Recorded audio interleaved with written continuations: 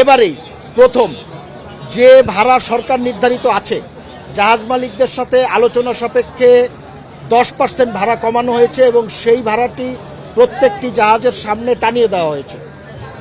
এবং আজকে আপনারা জানবেন, আমরা অতীতে ঘটেছে কিনা জানি না, আমরা প্রতিদিন আসছি এবং আজকে এই ঘাটে যত জাহাজ আছে সব জাহাজকে কন্টিনিউ চেক করা হয়েছে, তাদের কাগজপত্র, ফিটনেস সব কিছু ঠিক আছে কিনা।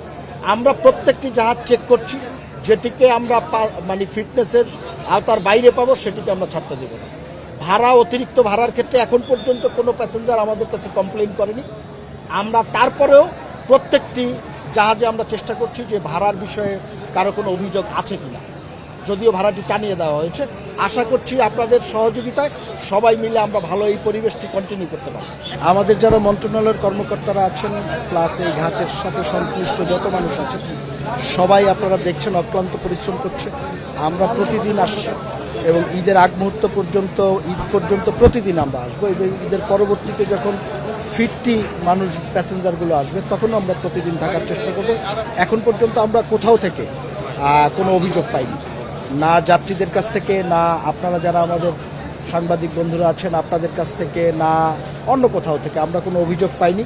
আমরা নতুন নতুন যে সমস্ত জিনিসগুলো আপনাদের সাথে পরিচিত করানোর চেষ্টা করছি, বিশেষ করে ট্রলি, আমাদের যে হুইল চেয়ার, আমাদের যে নতুন ঘাট, নতুন রুট, সবগুলোই মানুষের কাছে খুব একটা পজিটিভ প্রতিক্রিয়া আমরা পাচ্ছি। আমরা খুব আশাবাদী যে এবারের ঈদযাত্রাটা যে কোনো বারের থেকে নৌপথে সবচেয়ে স্বস্তিদায়ক এবং আনন্দঘন একটি ঈদযাত্রা। এইটা আমরা পরীক্ষামূলকভাবে ঈদের আগ পর্যন্ত, ঈদের দিন পর্যন্ত আমরা চালাবো। ঈদের পরে আমরা এটা নিয়ে বসবো, আমরা এটা কন্টিনিউ করব। এই প্রত্যাশা নিয়েই কিন্তু আমরা ঘাটগুলো রেডি করেছি এবং আপনারা দেখবেন আমরা কিন্তু স্থায়ীভাবে সকল কিছু তৈরি করছি।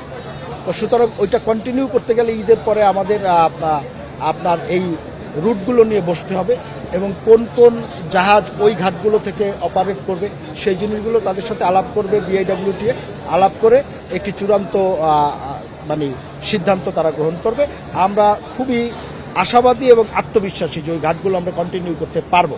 তবে আপনারা যদি সহযোগিতা করেন তাহলে দ্রুত হবে, কারণ মানুষের কাছে ঘাটগুলো পরিচিত করানো, জাহাজগুলো কখন কখন যাবে সেই বিষয়গুলো জানানো, এই বিষয়টি খুব গুরুত্বপূর্ণ। তবে আমরা স্থায়ীভাবে ঘাটগুলো তৈরি করছি।